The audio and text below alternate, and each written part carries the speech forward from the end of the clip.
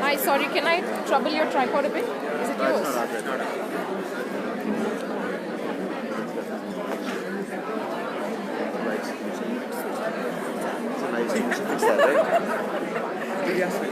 Should I do it? Yeah. I'll let you do it. Do it.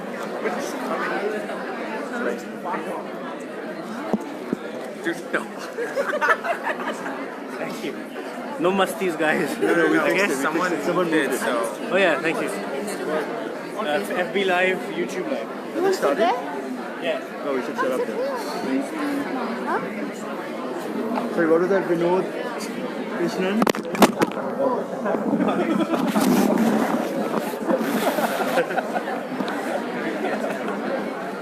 Why did you do that, Vinod Krishnan, for LDS and 2025? But Ekbal, how are you you even here without a ticket? The guy with an LV belt and the guy.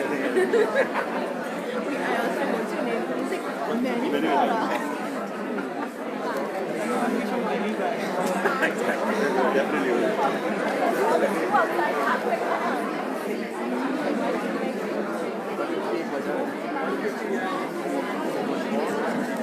What do you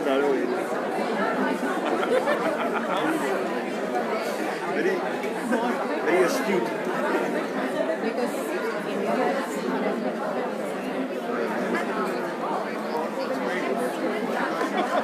You're a genius. You're a genius. Not yet. This is me with the It's getting knocked over a lot.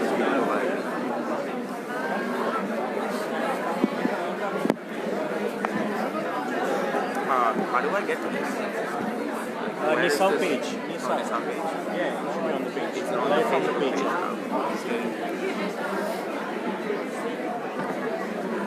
I don't want anyone. हाँ इधर बैठना है तो उधर बैठ जाए लेकिन यहाँ इस साइड पे ना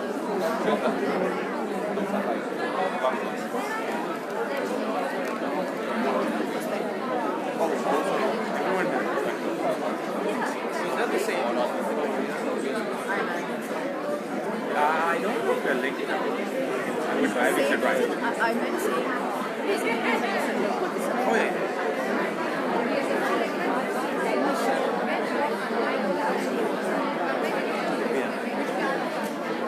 I want to say, yeah, I think. But no more people are coming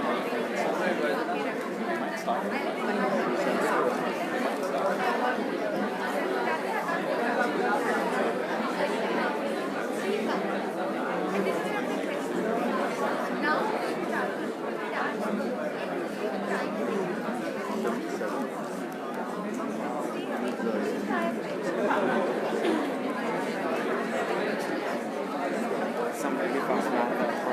Hold on. I'm sorry. It's 69.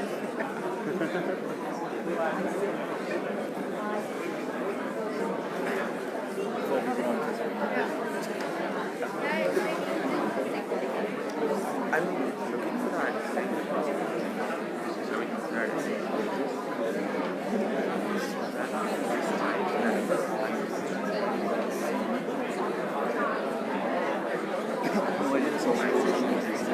I know.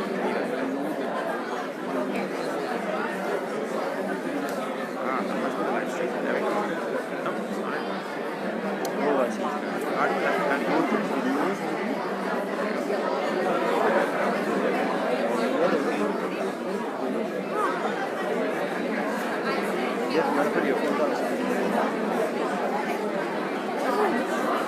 Only two people watching. Vinod.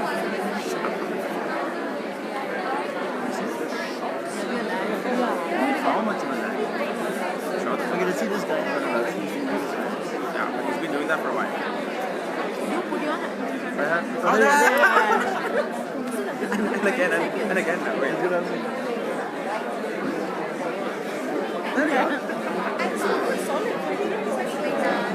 I wonder if it's Okay, but I only need you guys. I think this will only two people watching. I'm one of them.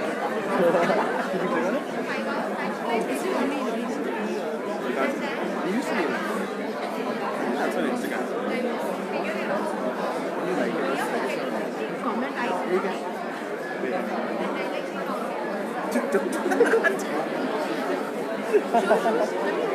How do I undo it? You can't. Once you start, you can never. There's nothing wrong with liking No. I don't want my followers to like know that I'm here. How many followers do you have? Oh, I was thinking. Oh, this is Facebook. So that's fine.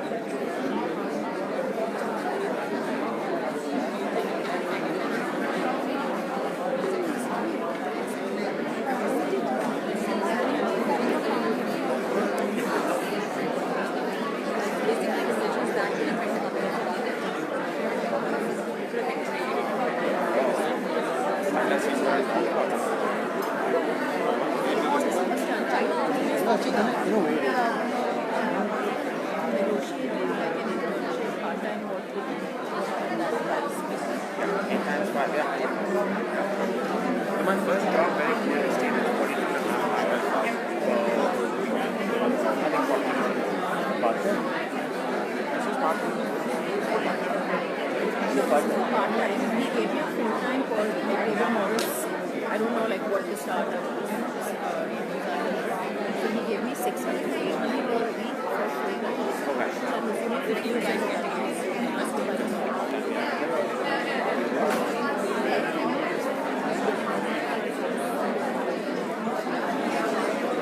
But 3,500.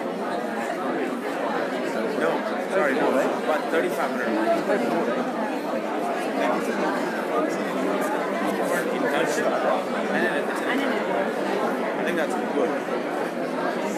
For a startup, even if you're getting 7,500 on a series,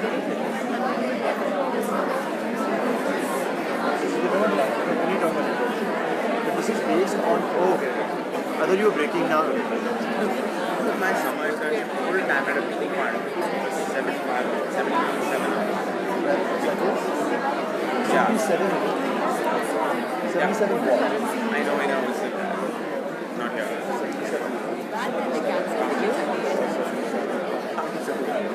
There's housing cover. Yeah, but you get like that. It's like, Still got me a week.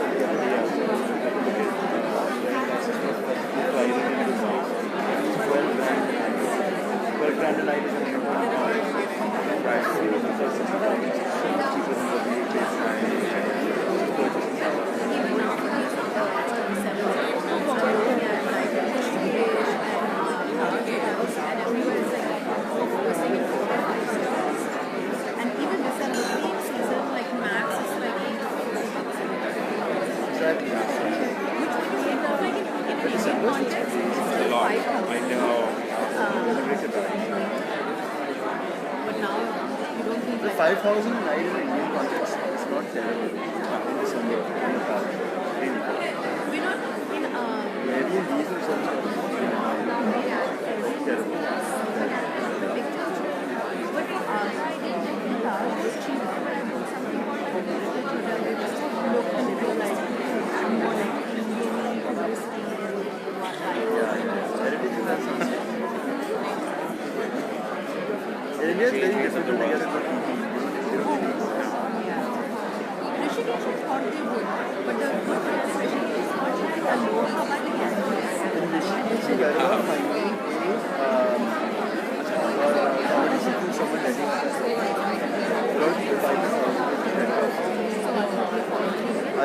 Yeah, but I know people who've done it. Like they buy these houses, they're very high. And then the whole day they just rent it. The whole day. I know someone who does it, but like, you know that like once upon a time they were people looking to buy land. And all the land about it. Because I looked on Airbnb for the same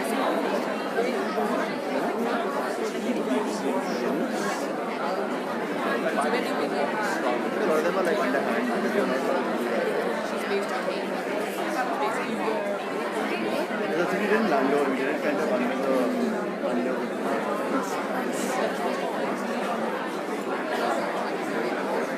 it's India Tech. Why are you like most India Tech? No, this is just for like the people who don't want to do it. They wanted to do Rishikesh.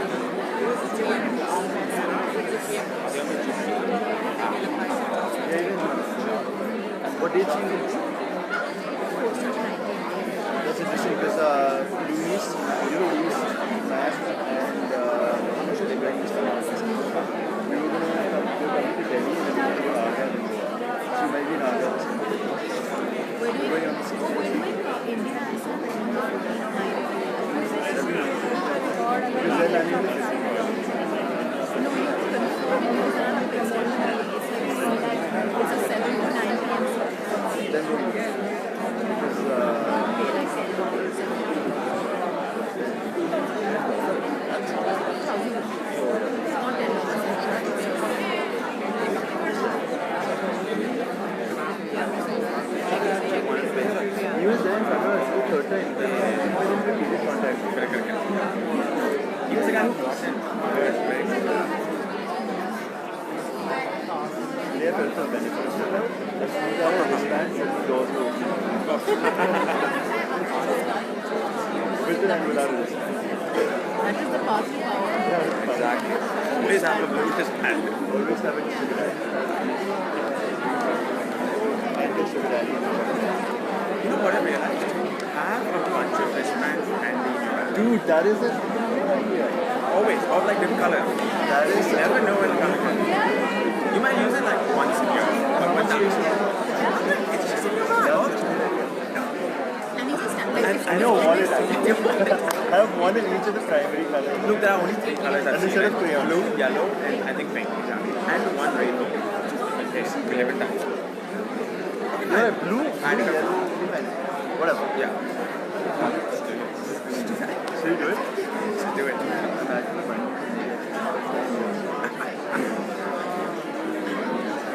There they are.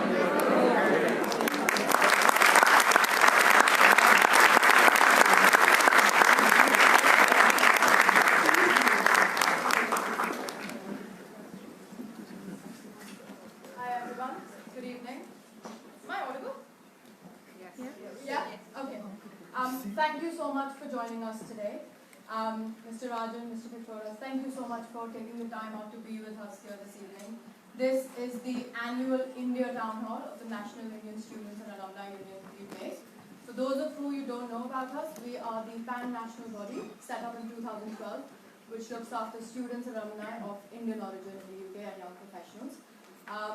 Amongst the very many things we do to help support our students here, we also fought a very long and hard battle for the post-study work visa, which of course has returned since our campaigning alongside a number of other individuals, including Lord Billimoria, who has joined us here. Thank you so much for joining us.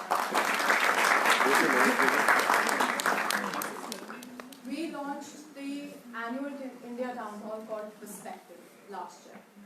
We called it Perspective for a very simple reason, which is that in today's times with technology in particular, it seems to have become very difficult to have a conversation without getting labeled a buck, or without getting labeled an uptard or a liftard or a pseudo-secular or various maligning terms. We live in the world's oldest democracy, right? And we are talking about the world's largest democracy. So we felt the least we can do as responsible citizens is to help facilitate a conversation that can touch upon difficult topics, a conversation that can touch upon topics that you might not necessarily feel very comfortable with, but a conversation that allows us as responsible citizens who have a duty to hold our elected officials to account to be well informed. I can make up my own mind, you can make up your own mind, but you need to be informed the right way. The problem is that the information we get these days isn't necessarily correct always. The problem is that there are various tools on Facebook, on Twitter, where, for instance, you can really target messages, to certain people along in line of what they believe, what to help them in their little echo chamber. Okay? So deepfakes, anyone heard of deepfakes here? Yeah, deepfakes are videos where we can now use technology to make anyone say whatever you wanted to say. You might not have said it, but that video will go viral.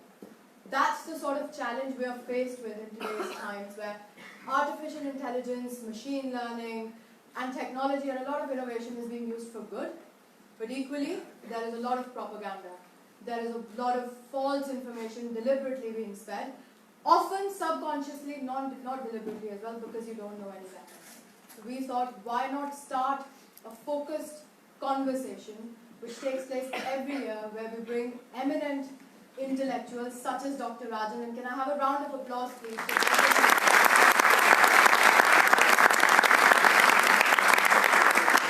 And Mr. Pitroda, who is one of the most eminent.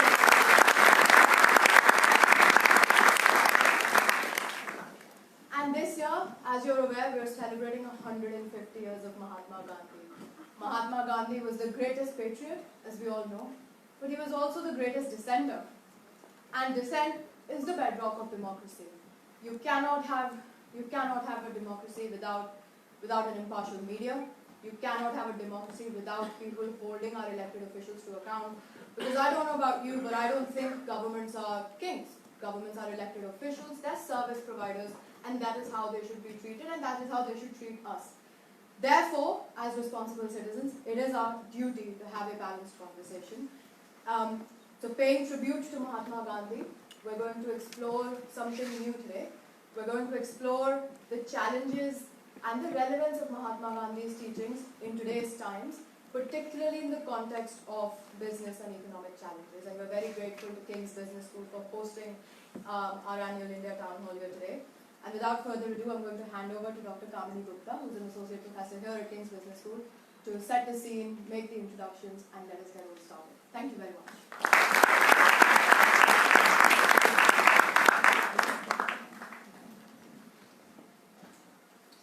Thank you very much, Sanam, for the introduction and for facilitating today's event. I'm very grateful, and so is King's College London and King's Business School. On behalf of King's Business School and King's College London, it is my honor and privilege to be the host for today's event and to invite you all, to welcome you all to our talk, Gandhi at 150. We ignore Gandhi at our own peril, Martin Luther King Jr. said. And indeed, Gandhi has inspired, through his principles of non-violence, many, many people around the world. But one of the qualities of Gandhi that I find most inspiring was his approach to criticism and openness to learning, both virtues that a university like King's hopes to embody and instill in its students. Globally, in today's political era, we see a disdain for criticism, where the very act of criticizing is labeled as either morally wrong or intellectually dishonest. This is a far cry from Gandhi, who often engaged in a public contemplation of his philosophy's criticisms and is amenable to changing his mind when new information was presented to him. He always maintained that it was not consistency of opinion, but rather a constant search for truth that was important. In one telling example, Gandhi received a lot of criticism for his support to the head of a municipality corporation who ordered the killing of 60 stray and rabid dogs. In response to this, Gandhi penned a series of articles reflecting on these criticisms, thinking about them, thinking about his own approach and thoughts on that. And he publicly redefined his position at the end of it. Such open engagement to criticism is as relevant now as it was when Gandhi was fighting colonial opposition, when the stakes to being wrong were perhaps even higher. Thus, let us all remember that no one, not even Gandhi, is beyond reproach or criticism. Which brings me to my second point. Some of Gandhi's philosophies, especially those related to economic self-sufficiency at a village level, are criticized and are certainly debatable, and we should not shy away from that. But Gandhi did not promote rejection of modernity for the sake of it. Instead, what he really aimed for was inclusive growth and to ensure that the hundreds of thousands of villages of India were not bypassed by economic prosperity in other areas. And that again holds important lessons for us today at a time when we see countries and communities within countries increasingly polarized by lopsided growth and economic models that benefit a few at the expense of others. We see that global wealth inequality has risen. In 2009, 380 people had as much wealth as the bottom 50%. By 2017, only 42 millionaires hold as much as the bottom 50% in the world. In the UK, we've observed this firsthand through the Brexit referendum, where we see the deep resentment that unequal growth and opportunities have brought, and the economic and social implications of that for everyone. So even as we promote, even as we encourage globalization and free trade, let us remember and balance that with local development and inclusive growth. I find resonance of some of these ideas with the talks and writings of our speakers today. They need no introduction, I'm not going to provide one. But in Dr. Rajan's book, The Third Pillar, he emphasizes the role of communities, and he touches upon this tension between globalization and local development, which I spoke of earlier. Mr. Pitroda has often emphasized the importance of integrating the Gandhian approach to service in both political ideology and conduct. And they together bring a wealth of experience and knowledge on a wide variety of issues, ranging from economic development to entrepreneurship, social prosperity, to inclusive growth. And we're looking forward to hearing them reflect not only on Gandhi's legacy, but the kind of challenges that we confront in the future. So without further ado, Mr. Pitroda, could I please ask you to start us off by providing your opening reflections?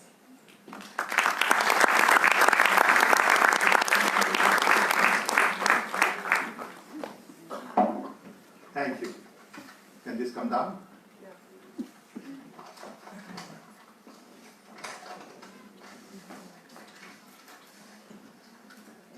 Well, I don't see my friends. That's okay. That's good. Thank you. Friends, good afternoon. It is indeed a special privilege and honor for me to be here at King's College, especially with Raghu and others. I want to thank organizers for the opportunity. And I want to talk about relevance of Gandhi in terms of what's been happening in the world, and especially in India today. I believe Gandhi is more relevant today than ever before in the history. Gandhi is more relevant today because the world is essentially at crossroads. We are at crossroads because of connectivity. I have spent now about 54 years working on telecom and connectivity. And the connectivity in terms of content, context, is really changing everything around us. I don't think we really understand the power of connectivity. We still use connectivity to do the same things we have been doing in the past, as opposed to trying to do things we have never done before. Because of this change, we are at crossroads. Look at what is happening in US, in UK, Brexit. In India, where BJP stock is going up, but economy is going down. Climate change, Turkey, Hong Kong. Everywhere you look around, you see a lot of stress in the system. I believe this stress has a lot to do with the power of connectivity and the changes that we are being faced. Technology has become a big force. Unfortunately, best brains in the world are busy solving problems of the rich, who really don't have problems to solve. And as a result, problems of the poor don't get the kind of attention we deserve. So you have this disconnect between the real needs and wants. So we keep producing things for the people who can buy and not give people enough power to buy. I was born in 1942 when Gandhiji was still alive. I remember the day when Gandhiji died. We all had to take a bath in our family because my parents came from Gujarat to Orissa. And the only connection they had with Gujarat in those days was Gandhiji and Sardar Patel. In this poor family, my father was 4th grade educated. The main focus was really Gandhian way of living, rooted in so many simple values that Gandhi promoted then. When India became independent, my parents could feel that they were empowered by Gandhi. And they could send their children now to college. We are no longer a colony. So I went to school in Gujarat, studied Gandhian values. One fine day, read in the newspaper that President Kennedy had decided to send man onto the moon. I was young, energetic. I took a boat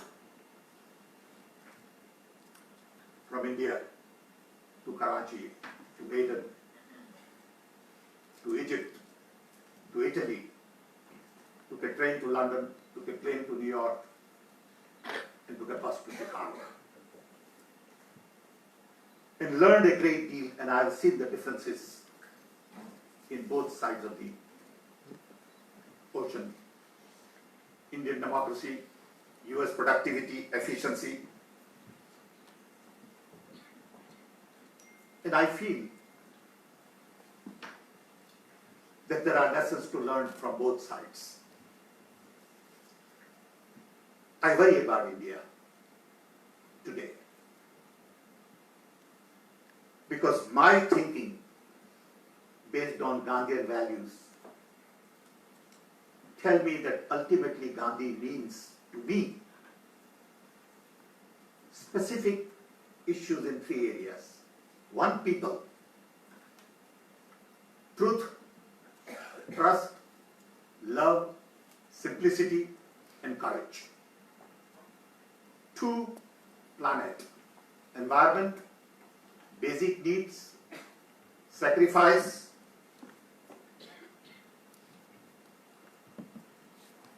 sort of concern for service and bottom-up development.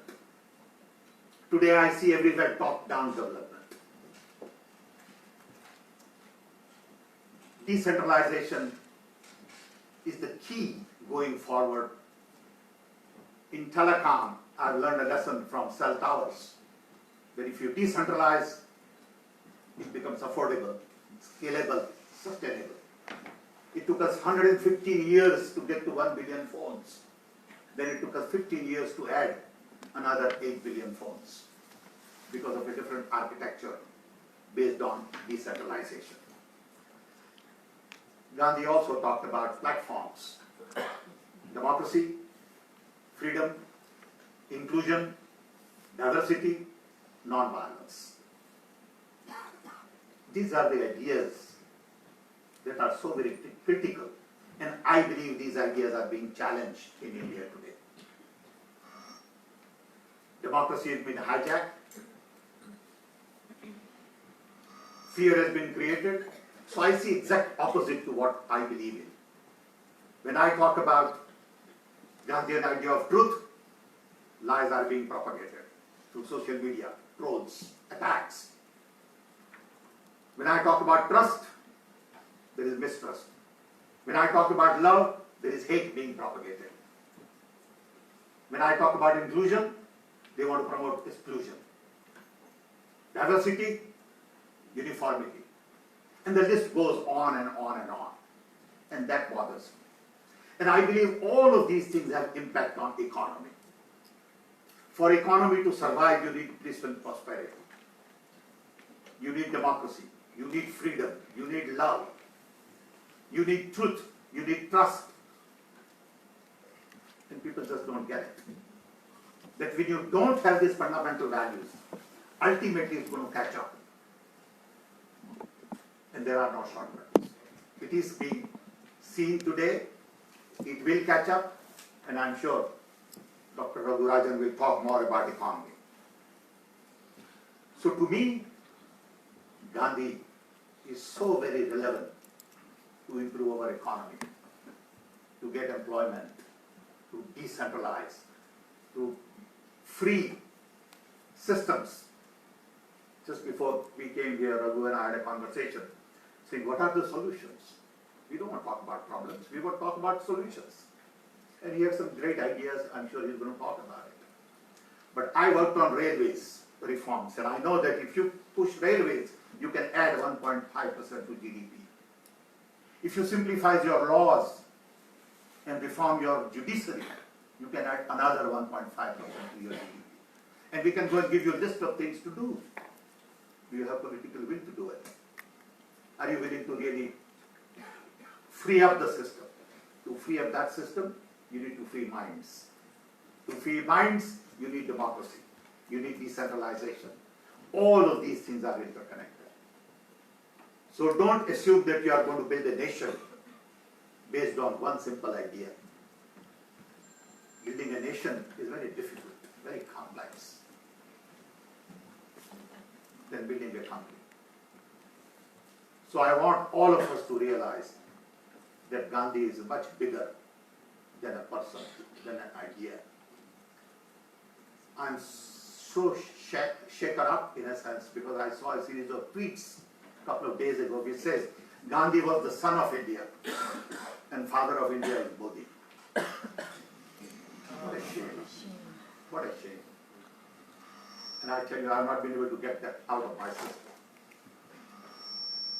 We've got to have courage to fight these kinds of lies, propaganda. Social network was not designed to promote this kind of stuff. I hope we'll have courage to fight and bring Gandhi back to the mainstream. Thank you.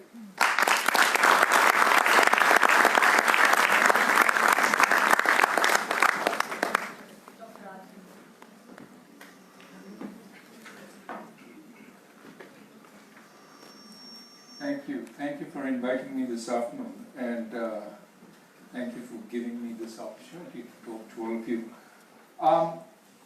I'm not an expert on Gandhi. I've read his books. I have been inspired by his life. I've read books about him. And I agree with Sam that the message of Gandhi goes far beyond what people take away. And it's a message which is still very vibrant, very important for today, especially in his emphasis that the answers come through dialogue, through respect and tolerance for one another, and that India is too diverse a nation to have one theme, one idea. The vision of Gandhi and Nehru was essentially a vibrant, varied India, and an India with many colors that were held together by mutual tolerance and respect. And I think that's important to remember. Sometimes people say, India's weakness is, for example, its democracy, its vibrant debate. Lee Kuan Yew, for example, thought that democracy held India back. Now, the reality is that even with our democracy, we've grown at 7%, give or take a little bit because of statistics, but 7% for the last 25 years.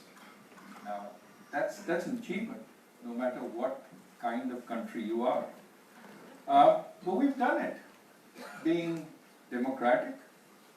We've also done it over the last few decades. There has been a constant process of decentralization, which Sam talked about. more powers going from the center to the states and more from the states to the panchayats and the municipalities. Not enough, but we've done that over time. Every finance commission, for example, has pushed more funding down from the center to the states. And, you know, next year, we probably will overtake the United States as being the second most important source of world growth, next to only China, because we also have grown into a big economy.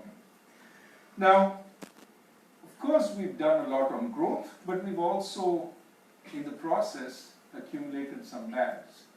You only have to go to some of the hill stations in India, and you see visually in front of you, when you look at Shimla, the problems with haphazard development. You know, beautiful hillsides now covered with rickety houses that you wonder what will happen if there's a serious flood, if there's serious rainfall or an earthquake. So with development, we've got, you know, overdevelopment sometimes. The floods in Srinagar, the floods in Chennai are evidence of poorly structured development. We've also got, to some extent, even though we are getting wealthier, we haven't dealt with the problems of poverty. For example, malnutrition, which is a crime on our children. We still have malnutrition today. And malnutrition condemns these children to a stunted existence where they won't have the full use of their faculties. And we still need to work on that because we have much higher levels of malnutrition than consistent with a country of our level of development. So we have our challenges, but we should also not forget we've come a long way. As a democracy, we also have huge potential to convey a message to the world that it's not necessary to develop in the traditional way, which is authoritarian development, and I'll come to that in a second, that there is an alternative in which people are free to express themselves, people are free to debate, people are free to talk, and you can still get growth, and you can still get development. This is the message we could send to the rest of the world. Now, what I want to do is shift a little to what is happening today and say why I worry a little bit about where we are going. On the economic front, India has certainly slowed considerably in the last few quarters. Now there is some hope that this is just a cyclical development. The world is slowing, we're also slowing. But I fear it's more than that. That in India, investment has been slowing for a long time, and most recently consumption has joined in. Some of it is because there was a spate of reforms in the Narasimha Rao government in the early 1990s, continued through coalition governments, continued through Atal Bihari Vajpayee's NDA 1. But then, for a variety of reasons, reforms slowed down. And we haven't had serious, sustained reforms, especially focused on improving the use of land, labor, power, and logistics. Not saying we haven't made any progress there, but the serious reforms we need for sustained growth, we haven't really done much over the last, maybe 15 years. For a variety of reasons. Some because political constraints held it back, some because ideology held it back. Now this has created tremendous problems in job growth. We're seeing joblessness as a fact of life in many parts of India. And for a while, youth are willing to accept that. But at some point, people are going to rise up and say, what's in it for us? We've already seen the phenomenon of middle castes asking for reservations because their traditional occupations are no longer remunerative, land-based occupations, but they're also not finding jobs in the private sector, so they want reservations in government jobs. Now, to some extent, these are symptoms of the fact that we are not doing enough. We're not doing enough in growth, we're not doing enough to make it inclusive, we're not broad-basing that growth. Now, in this environment, we have a a government which certainly has a particular way of governing. It is much more centralized than certainly the previous two governments, the UPA 1 and UPA 2, but even perhaps more centralized than NDA 1. And it's both centralizing in practical terms, in the sense that a lot of decisions are made in the Prime Minister's office and not outside of the ministers. But also it's trying to reverse the decentralization that was happening through Finance Commission grants, through the Constitution itself, and in a sense taking back power to the center. And the question you have to ask yourself is this the right approach for India? Certainly my argument would be that from what experience we've had on the economic side, it doesn't work that well. Politically it might work in furthering the aims of the government, but economically it hasn't worked well so far, because to some extent decision making has become paralyzed, despite the political power of this government. But I'll leave to the discussion the issues of majoritarianism that are also coming up under this government. Is majoritarianism, which is antithetical to everything that Gandhi stood for, is that the way we should be going? My way or the highway to all our minorities? And my sense is we can have a debate about that in the discussion. But I think there is a final point I want to sort of lay the ground for, and then we can have a broader discussion, which I think will be fruitful. Is Lee Kuan Yew right? Is it that we in India would be better off with a more authoritarian structure? A structure that makes the trains run on time, a structure that spreads fear through the country, a structure that works through a very strong bureaucracy and strong investigative agencies, a structure that, today one of our biggest problems is that we don't acquire land easily. We can't build out our infrastructure. Even the government's Mumbai to Ahmedabad high-speed rail project, its price project, is slowed down because of problems with land acquisition. At least that's what we read in the papers. So should we become authoritarian? Should we, like our neighbor to the north, be able to take land from the farmers when we need it, develop and get the benefits of growth? Is India better off becoming authoritarian? To some extent, this is an important question. We heard earlier everything should be debated. This is something worth debating because many Asian economies were more autocratic when they started growing, and partly catch-up growth, which is what they were into, is quite easy with centralized direction, especially if you start off without having a huge amount of government capacity. In that case, give orders and ensure those orders are obeyed, because working to build consensus requires a far stronger government capacity. People who can work with people, people who can build consensus amongst the population. That's very hard. You see that as a necessity in industrial countries today. When you build a highway here, you have to get the people whose territory this highway goes through, whose land this highway goes through, to approve. For that, you have to have meetings, you have to convince them it's in their interest, and that requires far more government capacity than just saying, I've notified this land is the government's, clear out by the end of next week, right?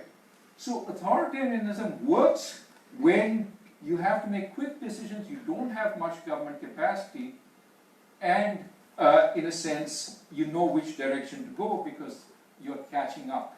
You don't have to worry about what kinds of decisions you have made. Now, many of these Asian economies, once they reached middle income, once they became more prosperous, once they approached the productive frontier, moved towards democracy. Why? Because as you're closer to the frontier, you need more innovation. You're not sure of the direction because you're no longer building just bridges and roads. You're inventing things. And the government doesn't know what to invent. You need people to be able to invent, and therefore decentralizing power, giving up power more broadly, democratization is important, as is a stronger market economy. Now, this seems to be something you see again and again across the world. There are no rich countries that are not democratic, except perhaps for the oil kingdoms. That almost every country which has become rich is democratic. And so the question we have to ask ourselves is, have we chosen the wrong path? We started off being democratic, and we don't need to become democratic because we're already there. But should we now think of becoming autocratic? Because then we'll build our roads and highways and etc. etc. There'll be no corruption. We'll put all the corrupt in jail. We'll have a wonderful country, and then when the time comes, we can become democratic. I would argue that given where India is, it's a pipe dream to think that we can go back on our democracy. And to some extent, almost surely, if in fact we go towards a more authoritarian government, it's not going to be that disciplined East Asian authoritarianism. Instead, it's going to be more the Latin American populist authoritarianism. We're going to give freebies to everybody. We're going to make sure that they're nice and happy.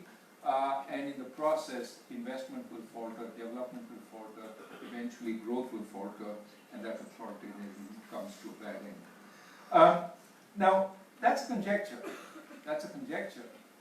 But what is not a conjecture is that we are a country which is approaching middle income. We're not there yet. We still maybe, we are about $2,000 per capita. By about 4,000, we should be truly middle income. So we need to double. That's probably a decade at normal rates of growth. Now, once we get there, moving forward from there, our democracy will be a great strength. Because we will have to debate, we will have to have ideas, we'll have to innovate, we'll have to challenge. But I would argue also that from here to there, even while we may not be able to build roads, even though we may not be able to build bridges as effectively as our neighbor to the north, we can certainly have more vibrant universities. We can certainly have a more vibrant cultural environment. And we can certainly start innovating earlier, given the resources and the GDP we have. So we can find alternative pathways to growth. So if we can't go back to that system, and we do need this system going forward, why not make the best use of it? And the best use of it is expanding everything we do well. Our debating, our arguments, our knowledge creation in the universities. And for that, I would argue authoritarianism is the worst possible direction. We need to encourage the kinds of debates we've always had. We need to encourage institutions like JNU, which produced our latest Nobel Prize winner.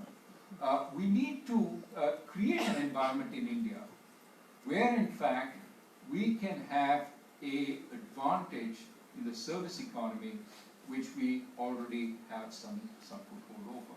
So I would argue going back to the old style of development, the Asian model, is probably not something that we will do well, given where we are. But let us invent a new model for ourselves, a model of growth which relies on our strengths, relies on our democracy, and feeds it. And even if Lee Kuan Yew is right, which I don't believe so, that democracy is an impediment to growth, it is an impediment which we cherish and we want. And that once we reach middle income, in fact, it will become an accelerator to growth. So let's strengthen our democracy, and I think that is something that Gandhi would very much believe in. Perhaps time for a discussion.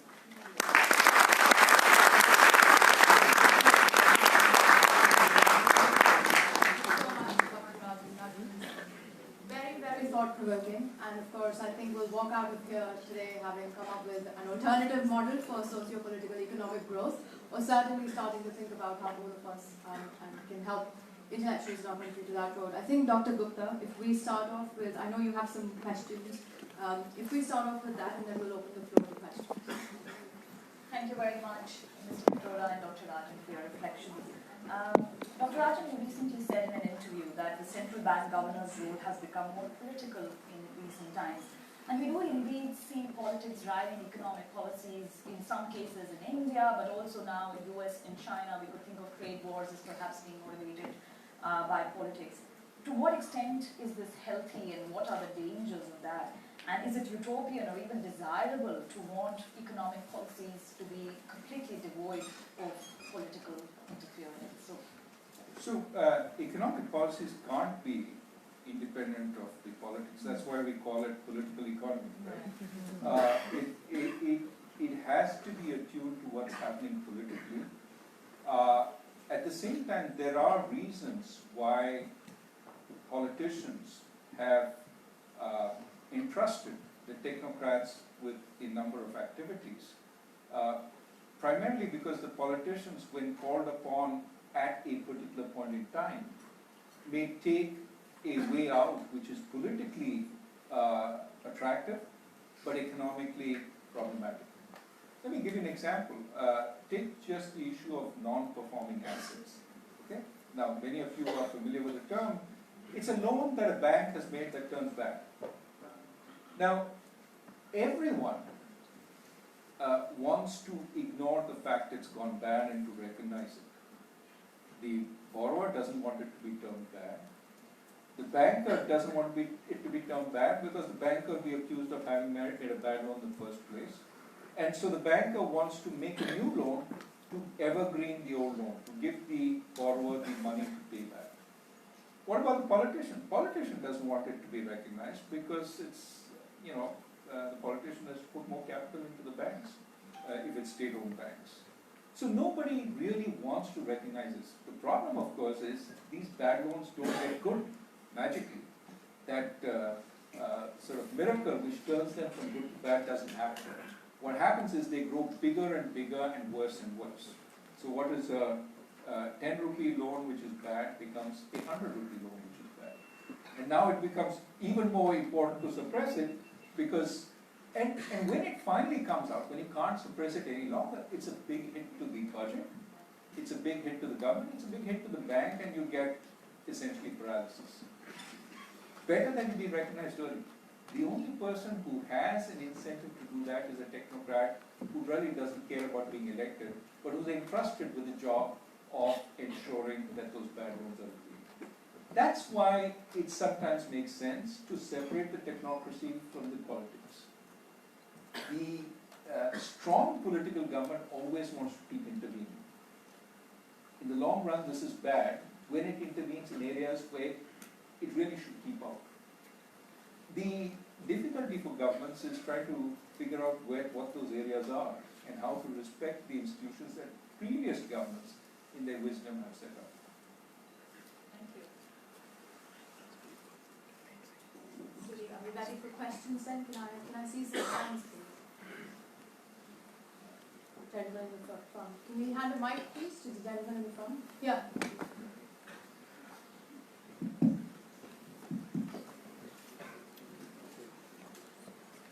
Good evening, Dr. Rajan. My question is to you. Indian banks are being monitored and governed by the RBI, including the cooperative banks. What are the steps which are being taken and the steps which have been failed to be taken to prevent the dispersal of loans given to companies with poor financials, which has led to the diversion of the bank's money and the fraudulence which has occurred due to the letter of credit which have been issued by the bank during your term in office, like 2013-2016? Well, I don't think you need to point to my term. This is a constant problem. It has happened over various terms. So it is a structural problem in India that in the cooperative sector, we have a whole set of banks which the ideal is a good one, that we want localized institutions that can lend locally and fulfill the needs of particular communities. The problem is many of them have very strong political affiliations, and some of the loans are not made on a commercial basis, but often on either political or non-commercial basis, as you talked about, some letters of credit and so on. Now, over time, we have the regulator has tried to make these more responsible and brought more clarity, more transparency to these institutions. It is still very much work in progress, as you can see. With this phenomenon of cooperative banks collapsing has been a regular one over India's entire sort of history. So don't say 13 to 16.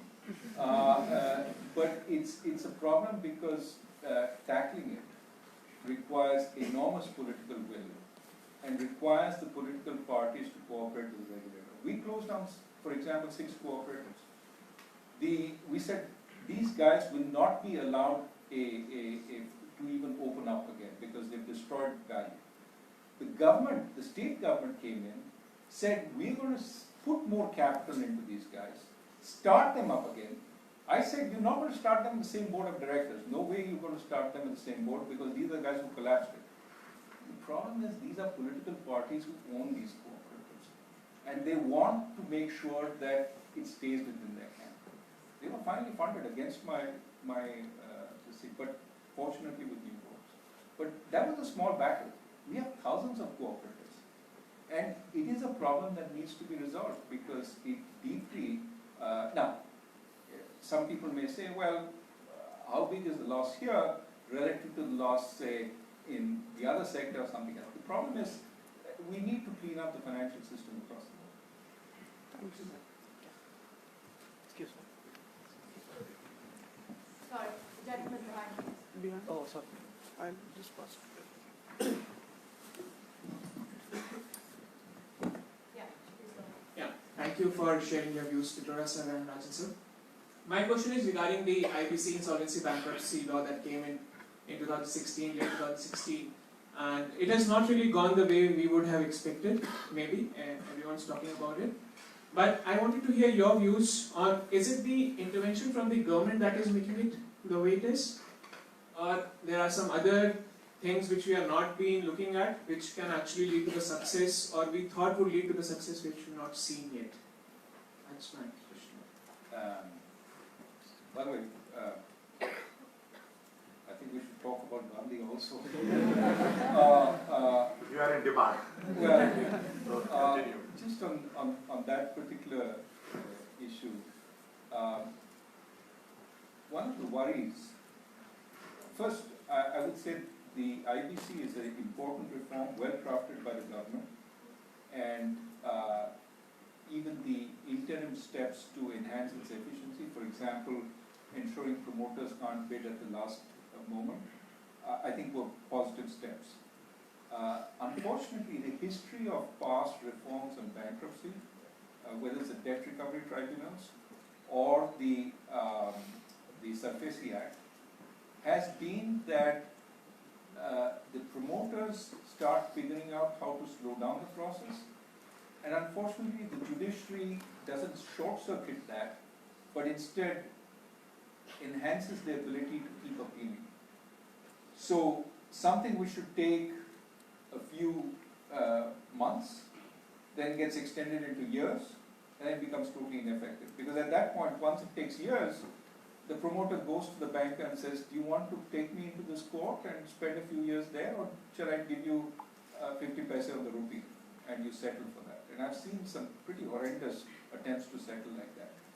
If we don't have a serious debt recovery process, right, then debt becomes a joke in India. It's essentially equity. It's equity with a cap, because the banker takes the downside, doesn't get any of the upside. And that's what my friend Arvind Subramaniam calls riskless capitalism. You can't have that. We were moving away from that. I think it is important that the judiciary introspect and ask why every one of these reforms is being thwarted. Isn't there a principle of natural justice by which the taxpayer, his or her money, is also important? It's not just the rights of the promoter. How do you make sure that a system works? The problem is, every time we then bring in a more draconian system, which essentially pummels the small and medium-sized guy. But the big guy figures out how to get around it. We can't keep doing that. So it is important that we have a limit on the appeals, we have a limit on the intervention, And that, hopefully these are teething problems. But it may well be we are now into the era of not 270-day resolution, but multiple year resolution, in which case it's a failure. And we need to rethink again. But I think it's important that we have introspection on all sides. Dr. Rajan, I have a question on that one. So whether it's the judiciary, whether it's our ability to implement reforms in India, which you spoke of in your keynote as well, where are we stuck? So demonetization, many would argue, either way, there's strong critics, there's strong supporters, but I think I appreciate your views on demonetization. GST, we have spoken about the fact that it wasn't really best implemented, and actually, is there a problem with us implementing our ideas and our policies in India because of the sheer scale of the country? And therefore, coming to your point about authoritarianism, is that for a temporary period the time? You said actually, we have to go back to democracy, we have to strengthen democracy. How in a country as complex as India do you implement reforms on such a massive scale? And we'd appreciate your views on that. Chinese have a term, crossing the river by feeling the stones. That means you take one step at a time to cross a river.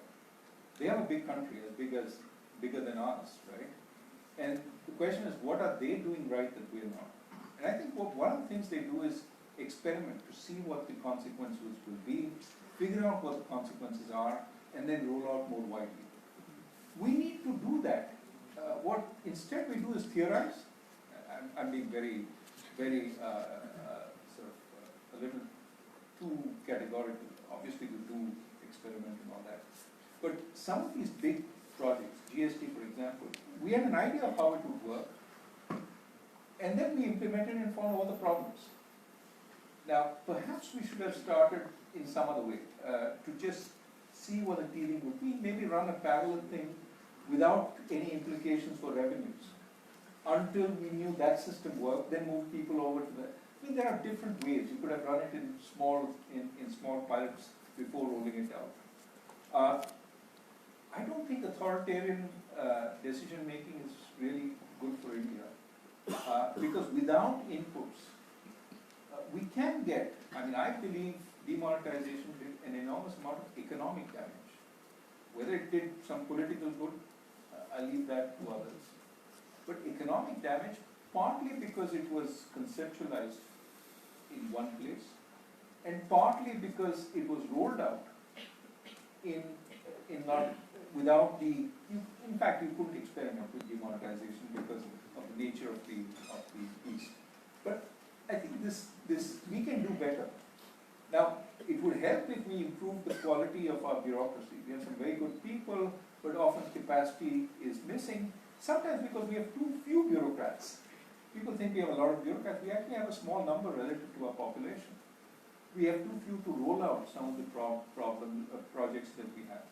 But I don't think it's beyond our capacity. And I don't think the need is for more authoritarianism. I think the need is for more sensible planning.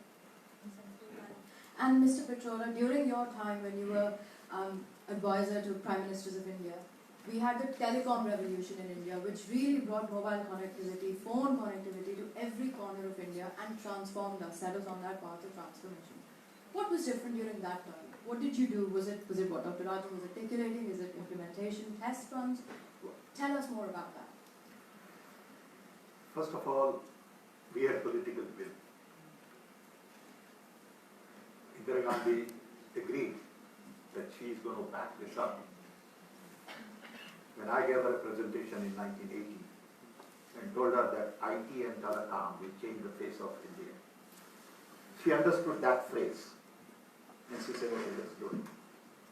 So political will from her, then that was passed on to Rajiv Gandhi, gave us the autonomy, flexibility, freedom that we needed. Two, we had domain expertise. We had a lot of talented people. We had a lot of young talent that we could mold. But then we had to shield ourselves from the government bureaucracy. So we set up a Telecom commission. But bureaucracy wouldn't allow us to work. So I still remember the day I had to go to Rahul and Rajiv and said, look, Rajiv, I got to take the job as a secretary. Telecom. bureaucracy said it cannot be done because you're already a minister. You cannot have two titles. You cannot be a minister and still be a secretary. I should scrap the minister, I want to be a secretary. So you need someone with domain expertise to bite the bullet and stay there for a while. If they can fire you in 12 months, you're finished. So you got to have first political will, then domain expertise, then a staying power in the system that is constantly attacking you, that wants to fight you, that don't want you to succeed because there are a lot of vested interests. Import lobby. I mean, we had cases when President of Siemens came to India and tried to convince Rajiv Gandhi that we should scrap what we were doing. And I had to pick up phone and call Rajiv and say, "You are not going to do that." So you need that kind of combination. So when someone like him speaks on finance, Prime Minister or Minister has to listen. Okay, I say, "Look, this is not good, guys. I won't let you do it." It is that combination of domain expertise, political will, willingness to listen, is what you need. Today, people think they have all the answers. They have no clue. I know in telecom, look, BSNL was the 7th largest telecom company in the world in 2010, not too long ago, or 2008. 7th largest telecom company in the world today, it is bankrupt. Why is it bankrupt? Mismanagement, government interference, bunch of guys who don't know what they're talking about. Okay? And you have allowed them to do that. So, I can go and give you a list of things like this. The railway modernization. We put together an entire plan on railway modernization. Minister of Railway worked with us, agreed, and he goes and makes an announcement, Dinesh Trivedi, that we are going to cut down a little bit of prices on ticket. What happened? Mamata Banerjee decided to fire him. Political interference. No political will for railway reforms. And everything got on backtrack. So there are lots of examples like that. It's unfortunate. Yeah, I have to just add that when you were at CDOT, Yes. one of the prized sort of jobs for people leaving IIT was to work in CDOT because Absolutely. you gave them the freedom to innovate. Absolutely. And they felt, a lot of my friends, really smart guys, gave Good out guys. scholarships, Absolutely. went to work for them. We had 500 engineers, mostly from IITs, IIM guys. And I remember Nandan Nilekani came and said, "Look, if Infosys doesn't work, will you hire me?" Infosys had 5 people there, total staff. Wipro had 8 people. Jack Welch, as chairman of GE, was coming to India. Wanted to meet Rajiv Gandhi. Rajiv had no time, so Rajiv said, "Sam, can you handle him?" So I called Jairam Ramesh, who was my chief of staff. I said, "Jairam, get a meeting set up with Jack Welch." So I had a meeting with Jack, Montek and I and Jairam and his staff. And I said to Jack, "Jack, I want to sell you software." And Jack said, "I'm not buying software, I want to sell you engine." And I said, "I'm not buying engine." So he said, "What do we do?" I said, "Well, we have nothing to do." So Montek got very upset, saying Sam is locking horns with chairman of GE. After about 60 seconds, Jack said, "Okay, tell me what you want." So we gave him a presentation on software, and I said, "Jack, I want $10 million order from you." He agreed. Sent a team to visit Bangalore. I get a call from Nandan saying, "We don't have office.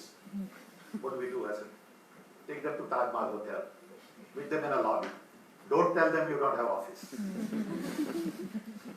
When we got the order from GE, I picked up phone and called IBM, Motorola, TI. That's how we started software industry. Nobody knows. Nobody understands, a bunch of clowns. But that's what happens, guys. They get all the publicity. This story was never told. Nobody this story to anybody. One fine day, I see on the front page of Wall Street Journal, no, 15 years ago, story between Sam Pitroda and Jack Welch. You have to have that freedom.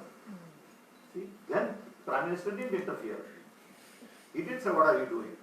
Why did you call IBM? Why did you call Motorola? That ability to do things, democratization, decentralization, flexibility, innovation, is so very important. You know what this government did? As soon as they came to power, the first thing they did is they scrapped National Innovation Council. I was the chairman. I went to the government. I went to PM's office. I talked to PM also. He's a friend person. So I went to PM's office. I said, look, don't scrap Innovation Council. We'll find somebody else to do it. I don't have to be there. I'm too old. But continue. There's a no. We think Innovation Council won't work in our system. You'll pay for it, I'm telling you. It's a nation of 1.2 billion with lots of diversity, different ideas. You got to respect everybody. You got to love everybody. And I am very worried at my age. Believe me. All the stuff that we worked for 50 years, I see being challenged, going down the drain because of some crazy ideas. And they are being celebrated. And they are supposed to be heroes and great and wonderful. And, you know, I'm sitting there and watching and saying, what the hell is going on? You know, maybe it's too big. Maybe I am. And I worry. Believe me, I worry a lot about India. I wish I could explain to you how much I worry.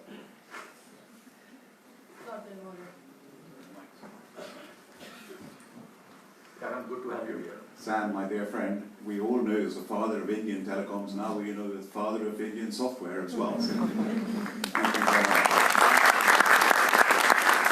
Before I ask my question, this is my first public opportunity. I've been fighting really hard to get the 2-year post-graduation work visa back. And we won and we got it back, and we have Sanam to thank for all of that.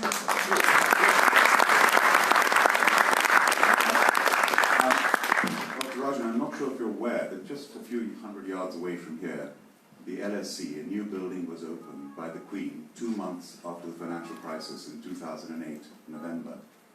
And she asked the professors there, why didn't any of you spot the crash coming? And today I was in a speech in Birmingham, I said one person did spot the crash coming, and that was Dr. Rajan.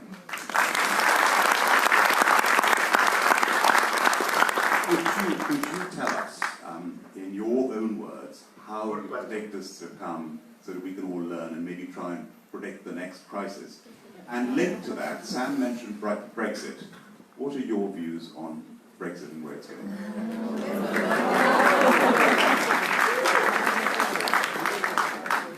Well, actually, the person she asked the question of was Luis Garicano, who was a PhD student at Chicago and others there, very fun professor at LSE. What made me worried then, and do I know anything about what's going to happen in the future? Well, first, what made me worried then was that I mean, cut a long story short, I saw banks showing a lot of profit and very little risk. And as a finance guy, you know, the only mantra which works in finance is there's no such thing as a free lunch. How are they making so much money while showing so little risk? And when you think about it, then you realize that what they're doing is effectively selling insurance. That's the way to make money without seemingly taking on risk. Think about an insurance company selling catastrophe insurance. Makes a lot of money. Steady profit every year until the catastrophe hits. That's when it pays out. This is what they were doing. Taking deep out of the money insurance contracts, which they hope would never be called. But if a crisis hit, they would suffer big losses, right? That's sort of my thought, and then I went into what they were doing, and a lot of what they were doing was precisely that. writing guarantees against really bad events. And as the events started emerging, they got caught. There are various ways you can do that. One is explicitly writing those guarantees against various AAA rated securities. That's what AIG did. But you can also do it in other ways. For example, you offer lines of credit which are callable when bad stuff happens, and then you get a lot of exposure to the rotten stuff at that point. And you get a fat, nice premium in good times, which then you lose at bad times. Now the problem is, once you see something like this and you're lucky enough to be right, not that I wanted the financial crisis to happen, people think you can do it again. That's the danger. What am I worried about today? I don't, the excesses aren't in the same places. They always find new places to emerge in. And as a result, anybody would be silly to say we're confident it's not going to happen. Because in a long period of sustained, easy financial conditions, the natural propensity of industry is to take risk, of the financial industry. And it comes in different ways. One could argue that, first there's been a leveraging up of the industrial sector, certainly in the US, but there's also become there's a lot of dependence on liquidity. And if that liquidity vanishes, some of the trading schemes that look very easy today will become very, very problematic. We haven't seen that because central banks have continued supplying liquidity. At some point when they stop, we will see what happens. But for the moment, I think we're safe because they're still pumping in a huge amount of liquidity. Brexit, I don't have a strong view. I mean, you've heard every which way on that particular question. I would say to the point of, to some extent that cry, take back control, is not just about taking back control from Brussels to London. It's taking back control from London to the localities, Northern England, etc., which are, and this goes back to the point that Sam made about decentralization, that increasingly the world, which is buffeted by these various other forces, feels that it has very little ability to respond because so much is determined elsewhere, not locally. And so people are asking to take back some of the power so that they can do something about it. And we've got, and in a sense, this also reflects the anger against the elite, because the elite have taken away power, because they say, trust us, we know what to do. Well, I think some decentralization may not be a bad thing, even if people make mistakes, at least it's their mistakes. And they learn from it, and they feel empowered about doing something. Can I just add something to what you said? Yes, sure. You know what Raghu is saying in a different way is that the existing model is geared more towards exploitation. And the new models are designed for empowerment. And Telecom is a great example. I go back to Telecom because I understand that a little bit. Today, in Telecom, we could reduce costs substantially only because of decentralization. When I started my Telecom journey in 1965, we used to design huge, big telephone switching systems, 100,000 lines, number of 5 ESS and all that. Now we design smallest little antenna and micro cells. Each cell is a community by itself. You empower that community, you are done. But nobody wants to do that. They are afraid that if I empower that community, I lose control. Then I can't exploit. I don't think we'll have option. The way technology is moving, big data, analytics, robotics, machine learning, all that is moving towards empowering people. I'm empowered with what I have. I can decide on my own destiny. You can't tell me what to do anymore.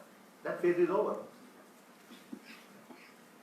You may go through 10 years of back and forth, but you are on a wrong track. Genie is out of the bottle. Just accept it, expedite it, and empower everybody, irrespective of their race, religion, caste, color, education, rich, poor. Everybody is going to be empowered, and you have no options. So, Sam, just to push you on that, I mean, it does give you the other option, right, of centralized control, surveillance technology, all that stuff also. Yeah, I think true, but that's not going to last too long. Okay? I mean, what would you do by watching 1.3 billion people in China? So fine, you watch them. So what do you do? You got all this data, you know everything about me, what do I do, shopping, this and that. So what? I mean, they think I'm going to buy a shoe, but I'm not going to buy a shoe. So I think it's because too much. Okay? So in China, they are trying to sort of control so much data on people. Fine, you'll get 20, 30 guys who are crooks. Monitor them. But assume that on an average, everybody is good. Assume that there is no need to monitor you, as an example. Okay. Presuming we would. I know that much. Okay. I know that much. But the point is, I think these guys are going too far on AI and robotics and all, machine learning. So, fine. You know, I have nothing to hide. You monitor it, fine, monitor it. Information technology brings about openness, accessibility, connectivity, networking, democratization, decentralization. Nothing you can do. Girl in the middle. So we have time for one quick question.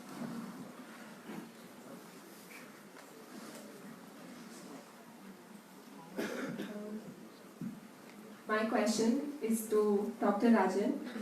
You asked us today if we would be better off with a more authoritarian structure, right?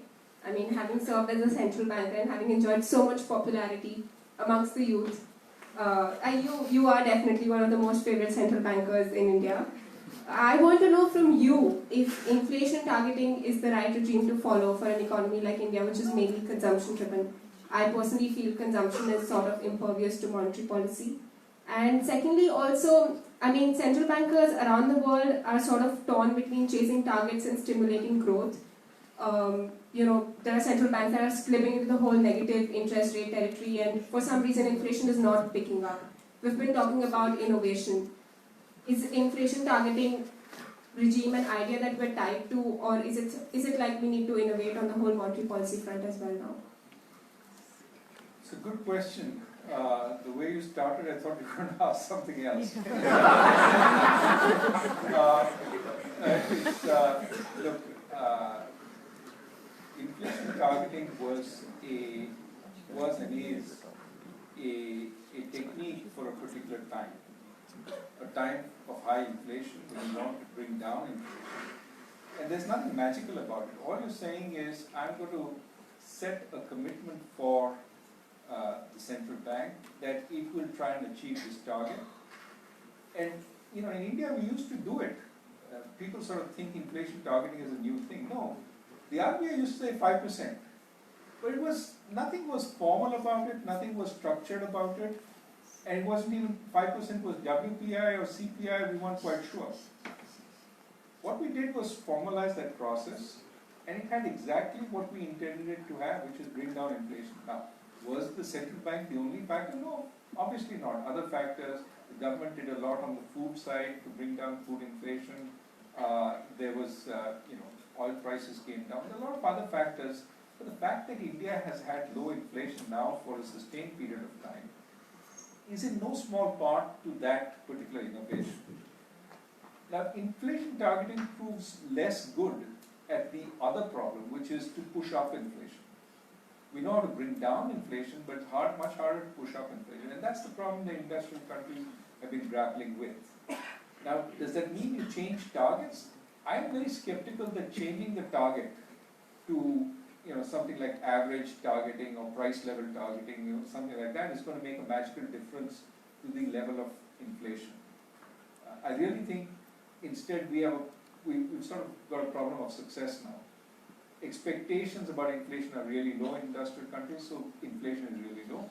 I would say take advantage of it to the extent you can, have easier monetary policy, have lower interest rates, but The problem is this is coming at the same time as there are other reasons for growth slowing, such as demographics, aging populations, this and that. So my main point is targeting is not the problem. Monetary policy doesn't have much in the way of tools at this point. Focus on other stuff if you want to enhance growth. Don't put the burden back on monetary policy. And targeting, to my mind, is peripheral to the issue. Just the very final question, Dr. Rajan. Where does India go from here? We have a slowdown in India, that is well known. We also have the backdrop of a global slowdown. But we have an unemployment crisis in the country that is worsening. What do you, as not just the most popular central banker in India, but also all over the world, do you have any recommendations that we would hope the Indian government takes on board? And let me add to that. So unemployment is worsening while voters, in a voter survey, we found out that jobs are one of the most critical issues in deciding the vote. Sorry. Well, I mean, you would hope that our strength as a democracy starts showing up. If policies aren't working, essentially people start saying, look, we want something different in terms of policy. And that feedback starts energizing the government to change its path. One of the problems, and I've said this very strongly, suppressing criticism means you don't hear the feedback. If you don't hear the feedback, you can't course correct at an appropriate point in time. So calling all the critics and saying, please don't criticize the government, I think is bad for the government itself. It may feel good for everybody to praise you and to say that you're the second coming of Christ, but that's not going to generate the kind of awareness you need within government itself. And I say that fully knowing, having been at the brunt of criticism when I was in office also, that it's useful. There was some times where they said, you guys don't understand anything about liquidity. The private sector kept telling us. And then you listen to them and you found that yes, maybe they're right. And maybe we need to make a course correction. So I would hope that the government listens and sees what it needs to do. And there are plenty of economists and plenty of wise people in India who can give advice. But it's important that the government take that advice and again deliberate and maybe act on it. I will add two things to this. One is institution capture, which generates fear. Courts, ED, election commissioner. Everywhere you look around, you find that I lost my confidence as a citizen. Two, media is so mobilized that only one voice is heard. I will not get the kind of coverage I used to get in free media. Fact, because I know all of these people, they are my friends. I've grown up with them for 30 years. I can pick a phone and call India Today or CNBC or whatever. They would say, no, Sam. If you do something, there'll be a guy from ED at my front door. They say it openly. So along with decentralization, democratization, you also need to get the fear out. You need to be transparent. You need to let media know that it is good to promote other ideas, not just listen in your conference room. Open up the system. Mr. Pitroda, thank you very much. On that note, we're going to have to close. So thank you very much, Dr. Rajan and Mr. Pitroda, for discussing ideas that were both heavy with meaning but also light with candor. Thank you very much, Sanam and Isal and all the King's team for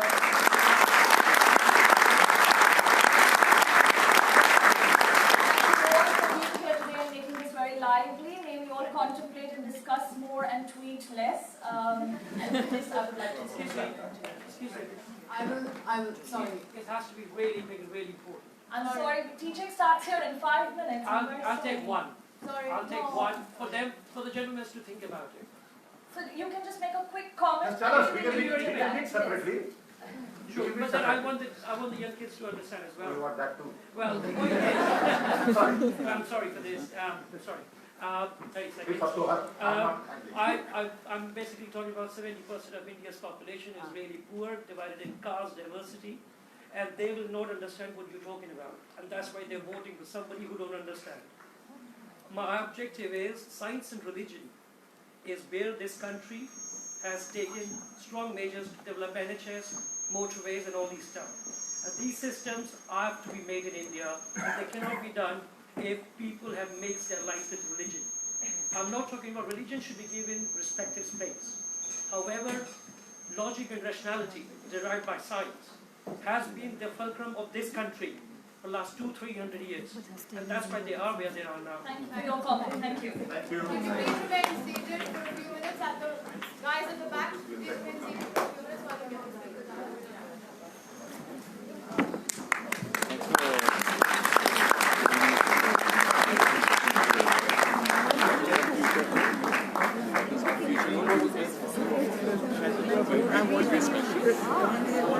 What happened to that topic? I had a question on confirmation bias. What I love is like